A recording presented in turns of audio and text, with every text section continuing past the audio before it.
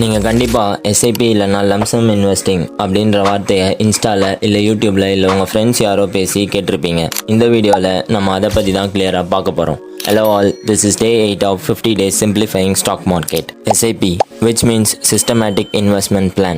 நீங்கள் இப்போ ஏதோ ஒரு இண்டெக்ஸ் ஆர் மியூச்சுவல் ஃபண்டில் மந்த்லி ஆர் வீக்லி ஒரு பர்டிகுலர் அமௌண்ட்டை இன்வெஸ்ட் பண்ணுறீங்கன்னா அதுதான் எஸ்ஐபின்னு சொல்லுவாங்க. நீங்கள் ஒரு சேலரிட் பர்சன்னா உங்களுக்கு எஸ்ஐபி மெத்தட் சூஸ் பண்ணி இன்வெஸ்ட் பண்ணுறது ரொம்ப ஈஸியாக இருக்கும். Next lump sum. இப்போ உங்ககிட்ட ஒரு 2 lakhs இருக்குது, அதை ஒன் டைமாக இன்வெஸ்ட் பண்ணிவிட்டு அப்படியே நீங்கள் விட்டுட்டிங்கன்னா அது பேர் தான் லம்சம் இன்வெஸ்டிங். இப்போ நீங்கள் ஒரு பிஸ்னஸ் பண்ணுறீங்க, உங்களுக்கு ஒரு பர்டிகுலர் இன்டர்வல்ஸில் இந்த மாதிரி பல்கான அமௌண்ட்ஸ் வரும்போது அதை நீங்கள் ஷேர் மார்க்கெட்டில் இந்த மாதிரி ஒன் டைம் இன்வெஸ்ட்மெண்ட்டாக இன்வெஸ்ட் பண்ணுறீங்கன்னா அது பேர் தான் லம்சம் இன்வெஸ்டிங். ஸோ இப்போ நீங்கள் மந்த்லி 5000 எஸ்ஐபி பண்ணாலும் சரி இல்லை லம்சமாக இன்வெஸ்ட் பண்ணாலும் சரி உங்களுக்கு வரப்போகிற ரிட்டர்ன்ஸ் சேம் தான். ஸோ நீங்கள் எஸ்ஐபி பண்ணலாமா இல்லை லம்சம் பண்ணலாமான்னு யோசிக்கிறத விட்டுட்டு ஜஸ்ட் ஸ்டார்ட் இன்வெஸ்டிங். நீங்கள்